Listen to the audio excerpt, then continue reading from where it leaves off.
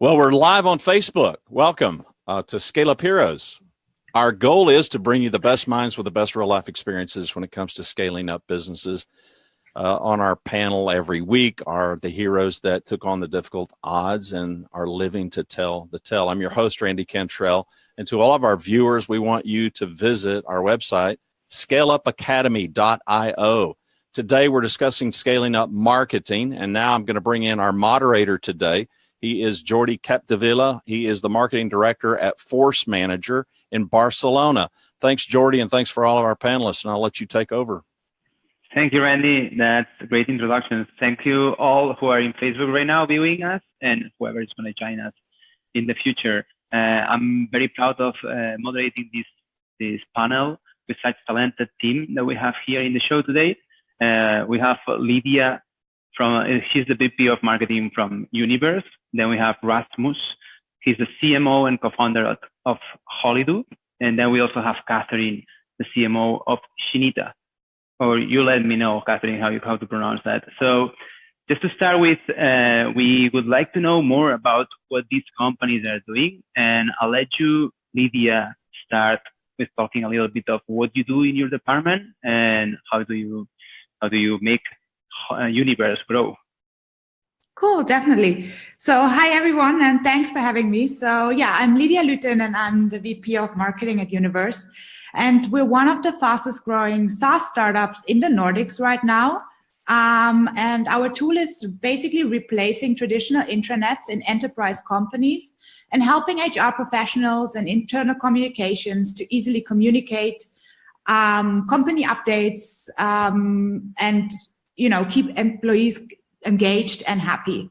And maybe also worth mentioning, I just basically started my new role at Universe. And before that, I was CMO at Binder, which is a Dutch scale-up, which I joined as employee number 4 and have helped growing to 300 employees within 5 years. And yeah, now starting at Universe, I can perfectly apply all my experience and learnings and hopefully scale up marketing even faster. Okay, how big are you right now, Lidia? Universe is around 15 people now. Okay, wow, that's a challenge that you have in front of you. Rasmus, if you want to go ahead and explain a little bit more about Holidu. Yeah, absolutely. Thank you very much, everybody. Hi, nice that you joined. So my name is Rasmus, and I am, the co-founder and CMO of Holidu. And Holidu is a meta search for vacation rentals. So basically, we combined all different providers of vacation rentals, whether that is a house in Mallorca you're searching for or an apartment in Paris, anywhere in the world. We basically work with all different providers of vacation rentals, put them on our site. Then we have different technologies, amongst others. We have a proprietary image recognition that can detect the same house on different pages. And then, by going to our site, you can then compare the prices from the different providers. And typically we see, saving up to 55%. So that's basically what we do. And Holidu now, I joined up with our 2 other founders that are 2 brothers here in Munich, Johannes and Michael. Where Michael has a tech background and Johannes has a business background, and then I came with a marketing background.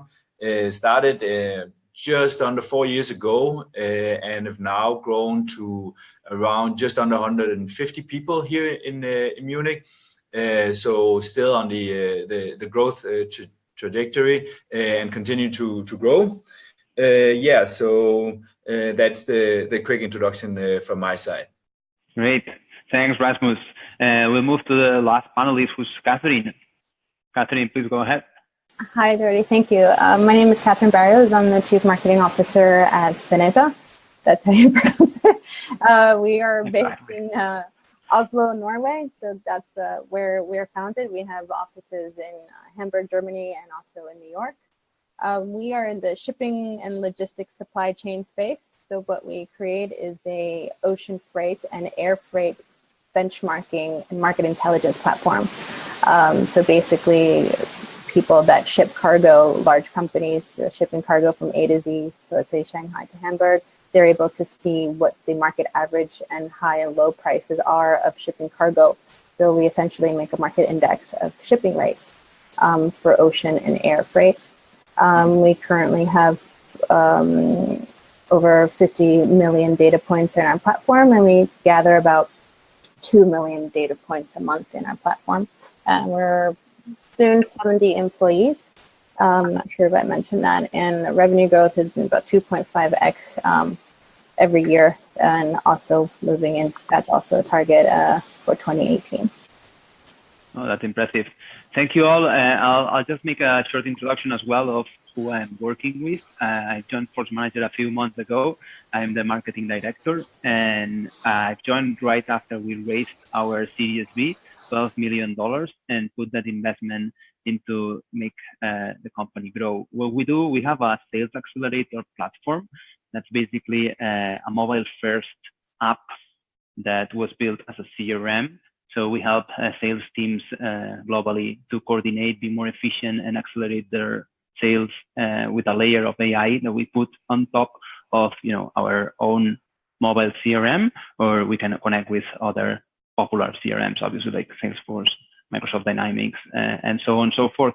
I have a team of 9 talented people that I'm enjoying working a lot with, and I'm sure that now we can probably talk more about how to scale up marketing, because at the end of the day, this is the webinar that we will talk about how to make our department work. And like what I've prepared for this webinar is a series of questions.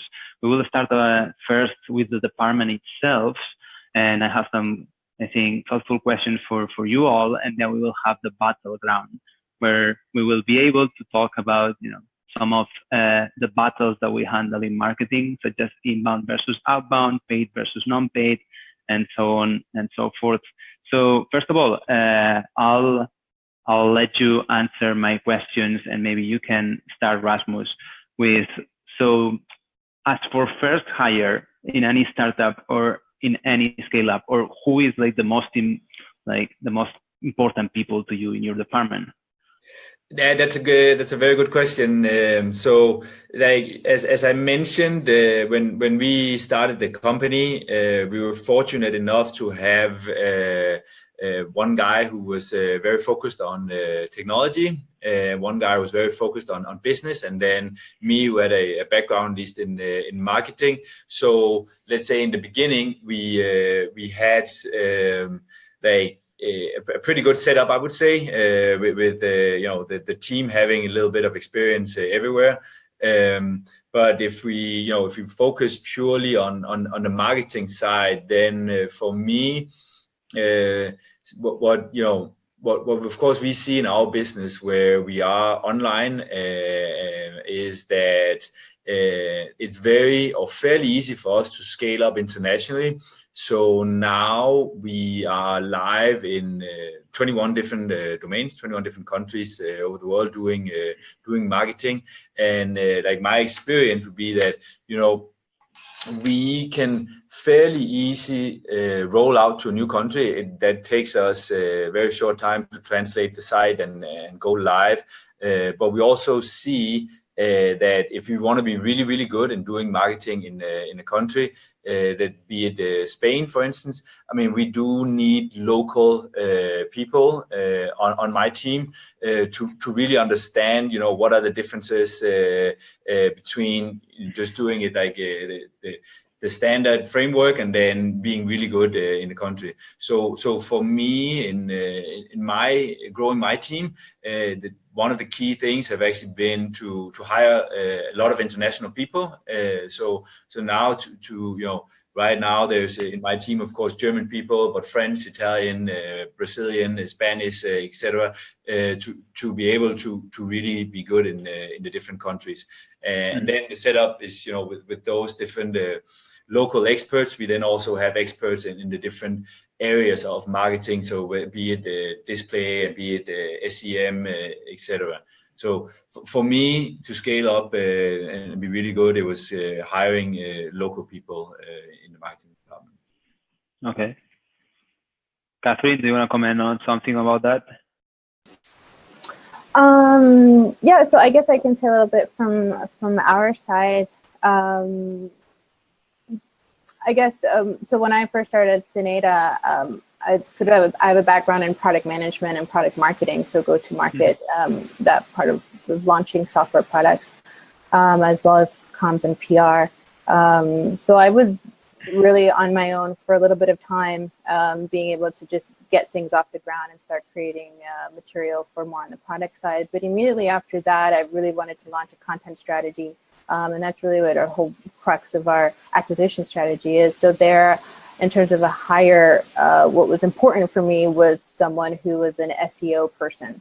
So that would be then who I brought in on board to couple the content strategy I had as well. And then at the same time, then came a more sort of T type of person that was a across the board generalist in marketing, but did have specialization then on certain tools, because tools are quite important in our team on how we're tracking all of our progress and our metrics. So that's what I would say would be the most important from my perspective of hiring first, would be on the SEO tech side. Okay. I guess it depends most of the times on what are the skills of the manager that he or she has, in order to like hire probably that first fit that can complement that manager eventually, I guess. In my case, just to develop a little bit on what you were saying, I'm like that kind of guy that loves like demand generation on those startups. So, well, like where are the leads coming from? Like tactics to just like what a startup needs, probably traction at the beginning and get as many leads coming as people as the company can, and then probably having put in place the content strategy, maybe like, you know, like slowing it down a little bit at the beginning and just relying on, you know, paid advertising, I guess, and like conversion rates for the landing pages to get as many leads as possible in, and then maybe outsourcing some stuff, and, you know, juggling at the end of the day when you are in a startup and you're juggling with budget and capabilities, obviously. What about you, Lidia? Totally agree with what you just said. I actually have just again, you know, recruited my first hire for Universe. So I asked myself the question very recently, and I have actually hired a growth marketer. So yeah, someone who has basically the skills you just described. It's someone with it's an online marketer with a T-shaped skill set who has like a solid experience with all different online marketing activities like SEO, SEA, and so on. And I think that person can perfectly build up the marketing foundation and, you know, kickstart all the demand gen channels. Mm-hmm. Oh, yeah, absolutely. But I'm a true lover of content as well. Not to like take me on Katherine at all. It's just like I'm a really believer about the inbound and outbound, and we'll talk about that slightly later. But yeah, I guess it depends on, you know, the pressure that you have from above. I guess like what do you need? Maybe like more branding because your company is more salesy focused. I mean, if it's the sales cycle, I imagine is like from 6 to 9 months. Maybe you don't need that much demand generation. It's most part of like nurturing that path of the buyer journey and helping sales with content. Or if it's a shorter time, I guess like less than 3 months, then you can have like a greater impact maybe on the business if you just you know, get as much demand generation as you can. You know, guys, if you want to comment something else on this. Yeah, no, I just a little note. I think you're right. I mean, of course, it is very, very dependent on the business that you're in. But I think, I mean, at least my experience would be that for a startup, especially, like the approach that you need to take is that you basically need to test as many things as possible, not just in terms of the small thing, but really on a big scale, you know, what works, right? Like, you know, is it paid search that's going to work? Is it going to be TV? Is it going to be display? Is it going to be something completely different, right? And then, you know, whenever you find something that works, just scale as much as you can, as fast as possible, and then, you know, continue to test, you know, what is the next thing that we can work, and then scale, because eventually you have to open up different channels, right? But so that's, I mean, that would probably be the general approach that could work in, like, no matter what business it is, right? And then it's different, of course, what works. Okay. So to wrap up a little bit, yeah, it's just like it depends on the skills of what you have. Like I guess the manager has that needs to complement the department with someone skilled in those skills that the manager doesn't have, and then it really depends down to the business unit that you have, and probably how you can add value definitely to your company. And that's not just a marketing thing, but probably like a company wide board meeting should like align the marketing department with the entire company and head to the right direction, definitely. And so we covered the first hire. What I would like to ask you now is like, what is your ideal marketing team? Like what are your superstars that you have in your team, those people that probably like you wouldn't be the same without them? And I don't know, you, Katherine, want to start now? Yeah, so definitely it would be our SEO analyst, digital person. I rely quite a lot on him. I'm responsible for our content, our strategy there, and also our comms and PR, which all go together. In addition, though, is our sort of demand generation person who's really working with our sales team. So our sales and marketing team are really one team. And so we're looking at the buyer journey and personas and content delivering for that and how we accelerate the pipeline and all of these types of things and conversion. So she's quite key to make sure that we have a dialogue between the sales and marketing team. Lastly, I'm kind of going through all the people on my team who work for us, like we need all of them. I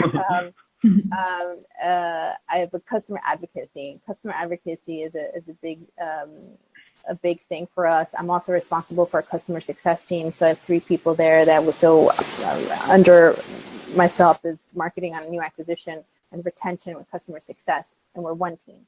So I have customer advocacy on the marketing side is extremely important and even more important now for retention.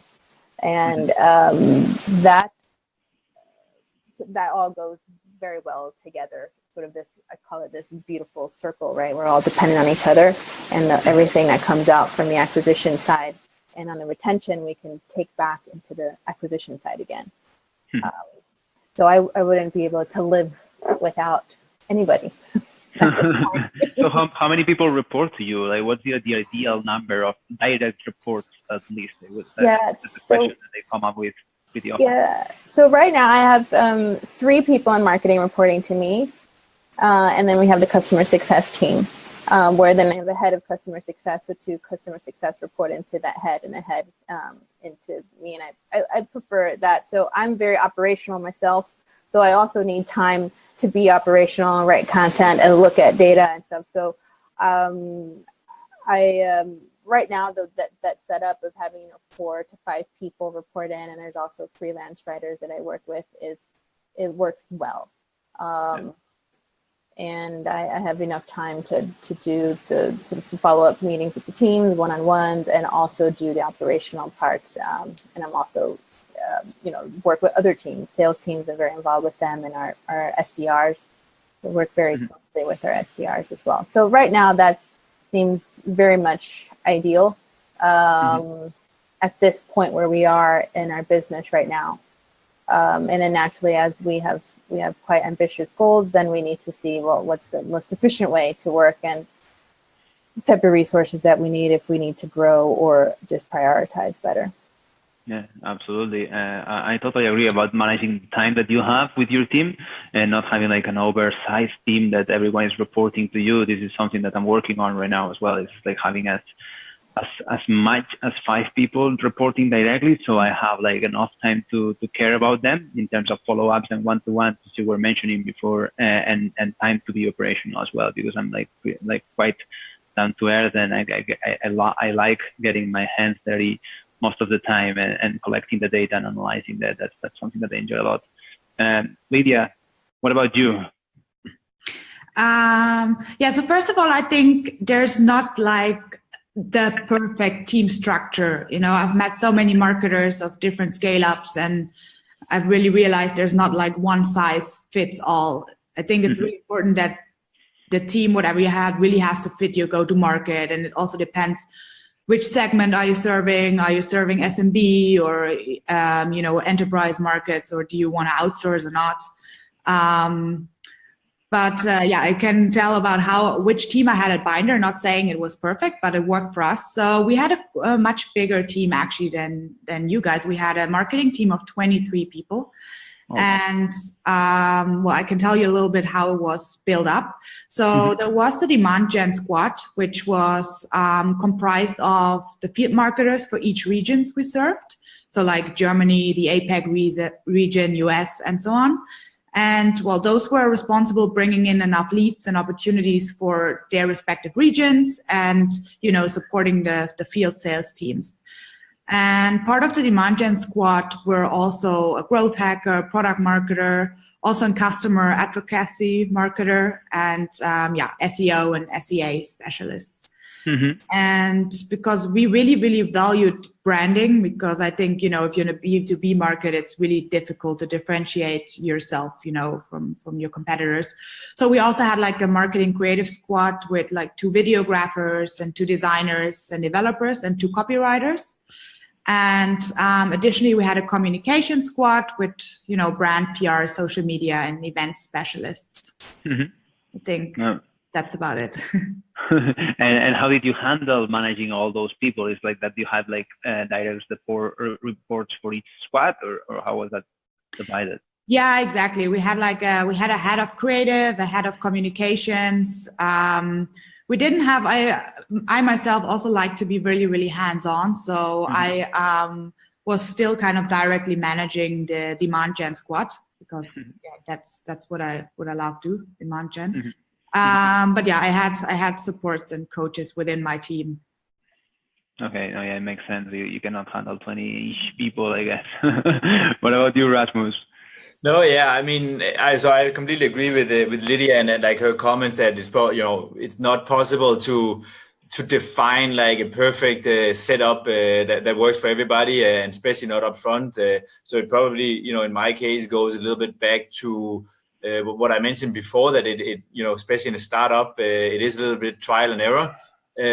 So for instance, for our case, we had an idea about you know, the traffic should come from, of course, paid channels, and then also some PR and SEO, and you know, quickly the world like, you know, it became real, and then we saw that it, you know, it's a very, very tough business to do SEO and PR, etc. on our end. So we have kind of split it up. So for instance, like my team now is the performance marketing team, and just focusing on that, because it's just, you know, it's where we can easily scale and grow the fastest.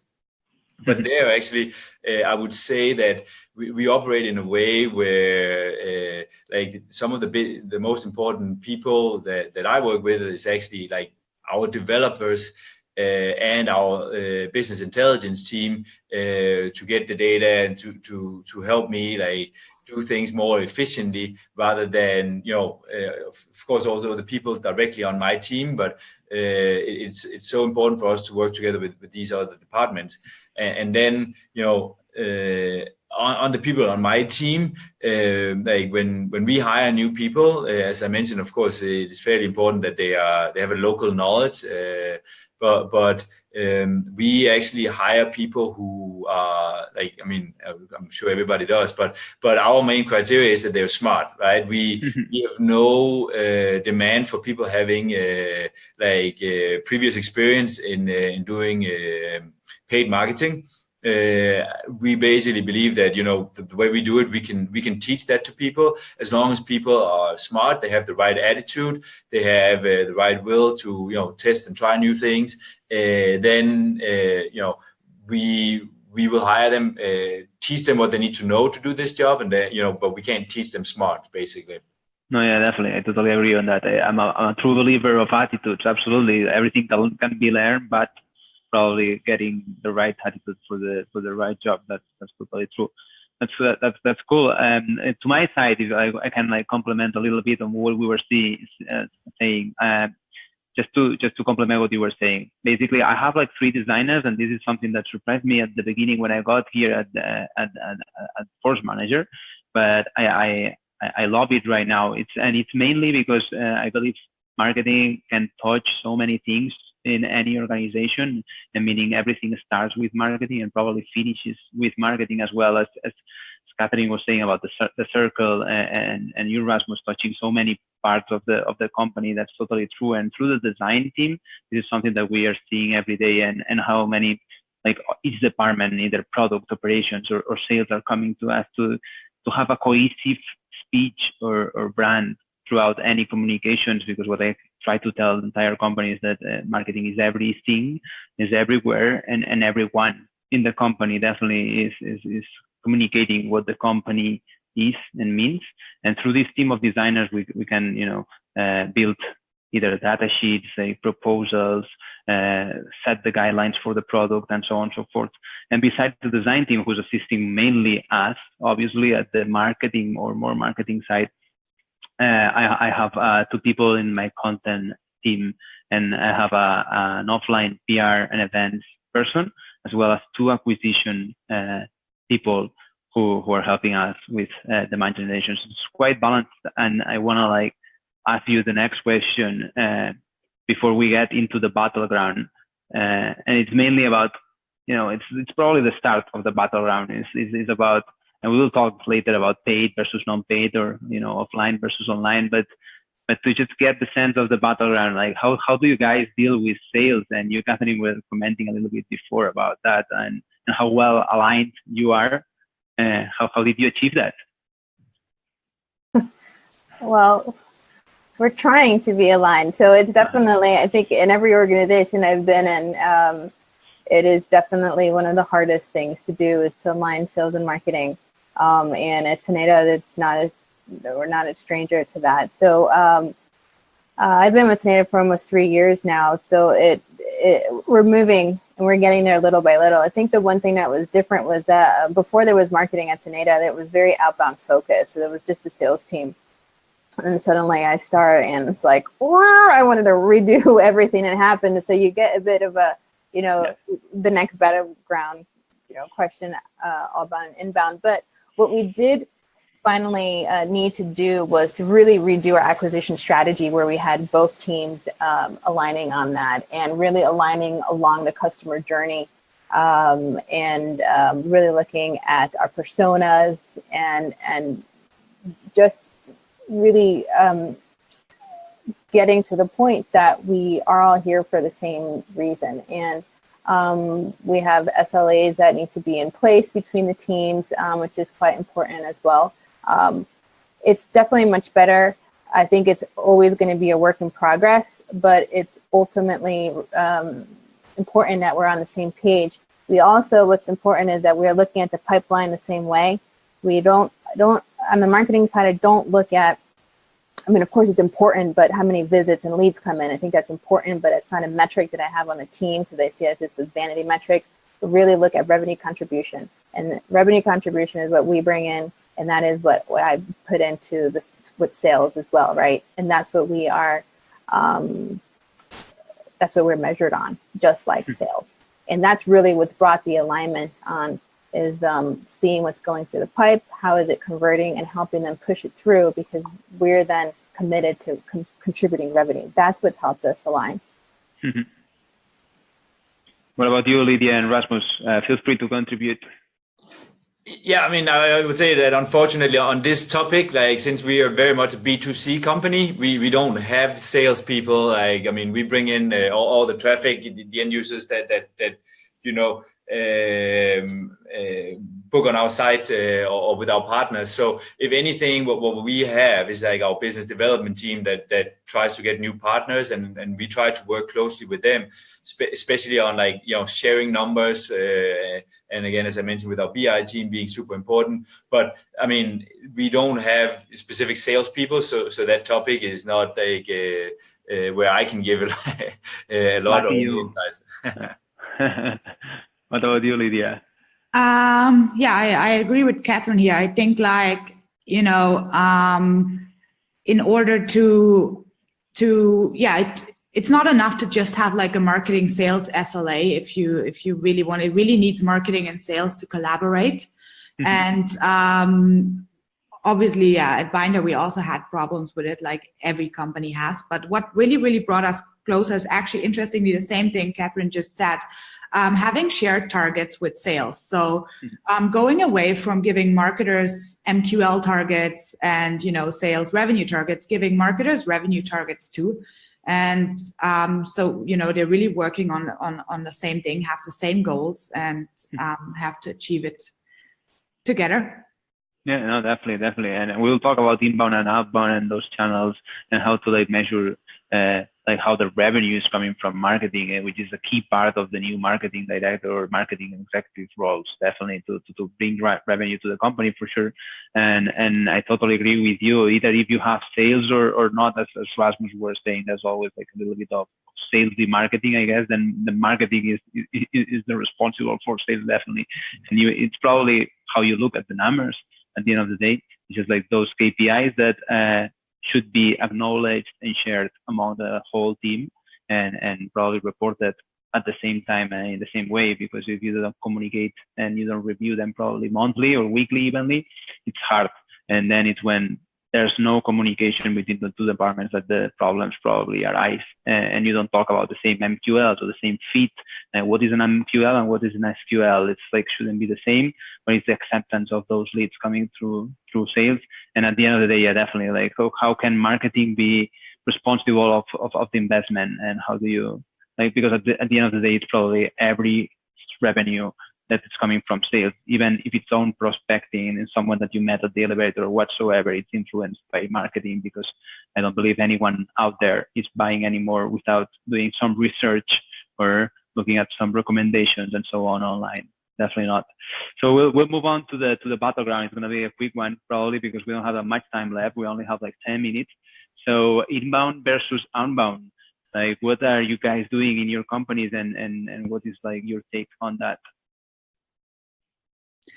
I can start. So at Binder, we had an 80% inbound and 20% outbound split. So 80% of revenue was driven by inbound marketing. Mm-hmm. But from my experience, it also really depends on the segment. So, if you're only serving the SMB market or B2C, you probably can do 100% inbound. But if you go more towards enterprise, you have to, you have to actually work together. Actually, I think that whole terminology about inbound versus outbound is not really helping the sales marketing relationship, what we just talked about.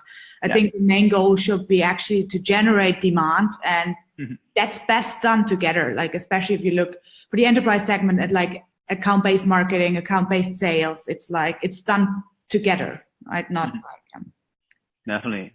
Rasmus, do you have inbound and outbound, or probably it's inbound, I guess? Yeah, I mean, it is inbound, right? I mean, so it is mainly what we do. I mean, you can depending on your definition, right? I mean, we do TV ads as well, and then stuff that can be defined as outbound. But I mean, to be honest, it is online. It has as much as we can track it. Everything we do, and then it's more or less it is performance and inbound that we do. Definitely. You, Katherine? Yeah, I agree 100% with Lidia. So we running an all-bound strategy. So we had first, as I mentioned, we had outbound SDR teams and inbound coming in with content. So all of this sort of merges together. We are running an account-based marketing or account-based sales and marketing strategy as well. And there is no inbound, outbound. It all comes in together, and it's just a better way of working, in my opinion. And I'm sure lots of marketeers really agree to that. Depending on the business, for us, we are enterprise B2B. So naturally, we do get many inbounds coming through our content strategy, but that coupled as well with an outbound effort, right? So you don't really know where things are coming from anymore, because the buyer is in control, and we're in a digital modern age. So the whole buyer and buying journey has completely changed, right? We're into this modern way of buying. So there is no division as much anymore. No, definitely. And as I was saying, just to finish this battleground, it's probably that everything is influenced nowadays. Either if it comes from outbound or inbound, what we do is track the first touch point, It's either coming from outbound because someone researched that person and called email or called or whatsoever, but that's definitely going to be influenced at some point through the sales cycle from inbound. Absolutely. And if it comes from inbound, nonetheless, the outbound effort of the salesperson, it should be as well taking into account, and the expertise from the outbound people also brings in knowledge to the inbound, and the other way around, definitely. And the way to look at things, we have it split, like we have an outbound team and an inbound team, but we are getting together and meeting weekly in a weekly basis, because there's marketing materials that can help the outbound efforts, and our knowledge on emailing is really valuable to them. And at the same time, their conversations that they have with their clients absolutely helps us to moderate and to redefine the speech that we have and the communications that we have, especially analyzing the pain points of our buyer persona, because sales and outbound people, those that are at the phone and talking to those guys, are the ones that definitely know. So it's definitely, as we were saying, like a complement from both. And I wanted to jump to either offline versus online, because I think it's quite an interesting topic as well. And I want to know your takes on a scale-up companies as yours. Like, how are you addressing that? Maybe you, Rasmus, that you mentioned that you were doing TV, right? You can do. Yeah, that's true. So, I mean, for us, of course, being an online B2C company, we will be very much online driven. And I mean, for us, the main challenge is like everything offline. Like, how do you measure it, right? Like, how do you measure the impact? Like, to me, it's, I mean, we can talk about this for a full session for sure, but it is a mind puzzle to me why like TV advertising, for instance, have not moved anywhere like since they started, right? Why is there still no way of easily tracking people who see TV ads? Like, if you look at TV today, it's crazy that the majority of people, especially in some segments, they don't watch traditional TV. They watch it through some sort of streaming service or either an app on the phone that they project, right? So it should be possible to do very specific targeting of people and then also track the effect of TV, for instance. But as I mentioned, that's a complete different topic. So we do some TV advertising and try to measure it as much as we can. But for us, for sure, the majority is online. Of course, multiple different channels and journeys for the customers. But I mean, as long as they stay online and even on one device, we can track it fairly easy. Mm-hmm. To me, just to complement on what you were saying, because we had for the Mobile World Congress, since we are an app, we're strong there, and what we try to do is some offline advertising, either in malls and also in magazines as well, or like newspapers, especially for Spain. And what we see, or what we try to measure, or how we try to measure at least, the peaks and of traffic in our website, because we see that the offline is triggering a lot of the online. So we do the difference between any regular. Absolutely, there are options to do it, right? I mean, we know. I mean, when you buy TV ads, like you get a report of saying, specifically this time it was running, and what are the peaks afterwards, and you can also see what are there any differences in organic searches, click-through rate, similar things. But it's still approximations, the direct tracking compared to if I, pay for a click on Google or Facebook. I'm pretty sure that that click comes and I can follow that. Absolutely. What about you, ladies? Who wants to contribute on that? Okay. We strictly are online. So we don't do any TV or magazines. I think if I were to say anything that was offline, if a conference or seminar or a trade show, if that's considered offline, then yeah. And then our sense that is more of, breakfast seminars, very strategic meetings that we have. We don't actually exhibit too much in trade shows. We select 2 trade shows a year where we couple them with meetings. It's really, the ROI on events is not that great unless you really need to be present. There's one show for us a year that is important globally. but the rest budget is all online.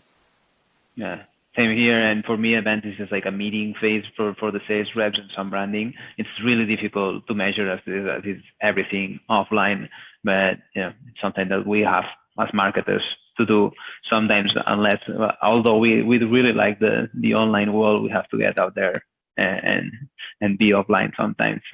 What's your take, Lidia, on this? Same, like, well, we don't do any TV or something. I've realized, I mean, if you, PR coverage, is it offline? Online can be both, obviously, but I think it's very, very helpful for sales. So even like, if you sponsor an article in like a magazine or something, your target group is reaching. But yeah, I agree, it's really difficult to measure. And like events wise, trade shows have never been really, really successful for me. But we have our own hosted roadshows and our own events, and those we're more using them for like pipeline acceleration rather than creating new business so much. It makes sense. And since you had such a big team, and just last question, if you want to contribute on that, and I think it's really interesting for everything listening to us out there, because when you have to scale up, one of those dilemmas that everyone has is something that should go in-house, or should go out of the house, like outsourcing. Like, what's your take, Lidia, on that? Again, no size fits all, but for me, it's in-house because, I think branding is really, really important. I think, if you're in a competitive industry, that's, I mean, besides your product, that's the only way, you grab attention and you can differentiate. And in the end, that makes people buy. And I think, to really have an authentic branding, you need the people who produce your ads, who, create the content and so on. They have to be part of the company. They have to live and, know what your brand stands for. So, It's control, right? Yeah, but there's also, but there's also, it's authenticity mostly. But obviously there's also a lot of advantages towards having a smaller marketing team and being more flexible, with hiring resources and letting them go depending on how the business goes. Mm-hmm. Cool. Rasmus? Yeah, I mean, I think for me and for Holidu in general, it is fairly simple approach. Everything where we think that it is critical for us, we do it completely in-house. And, for us, for marketing, I mean, we want to focus on giving the user the best possible journey, and therefore we have to do it 100% in-house, build the technology, and we believe that we can, if we do it in-house, we can do it better. We know more about what the user wants, like from beginning all the way to the end. So that's fairly clear for us at least. Cool. And what about you, Katherine? Yeah, I agree. The more things that we can keep in-house is better. There's some things that, of course, we outsourced. In our case, would be design, for example. That hasn't been a critical position, but sometimes I wish it was, right? So, but most things are in-house, and I do freelance occasional things out that we just don't have. But the best would be to have everything in the company. Oh yeah, I totally share that approach as well. It just to me sometimes is a matter of time. It's like when you're really slammed at work and you can outsource something, I just recommend it. Just those little things that could get you more free time to think, because that's something that I miss sometimes. The day-to-day, it's killing, I think, every company out there. It's like a lot of workload you have to do and juggle between meetings and handling people and workload and so on and so forth. And whenever I can outsource something, I do, but it's hard to outsource and not lose authenticity or turnaround or brand and so on and so forth. Well, guys, I would like to do a wrap up. It has been great having you guys here today.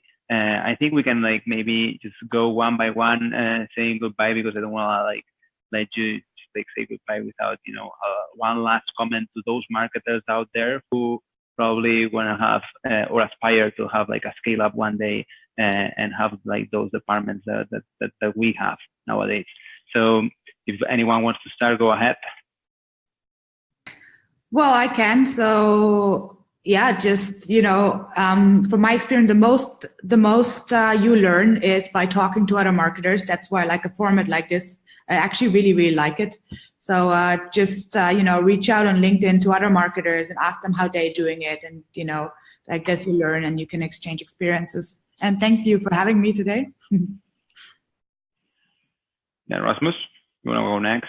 Yeah, sure. I mean, I completely agree with Lydia. Like, I mean, you learn so much from talking to other people, and as you also said, like, I don't think I've reached out to several people when I've read about something or heard about something on LinkedIn, and I mean, so far have not met someone who said no, I don't want to talk to you, right? I mean, of course, you don't reach out to your competitors, but.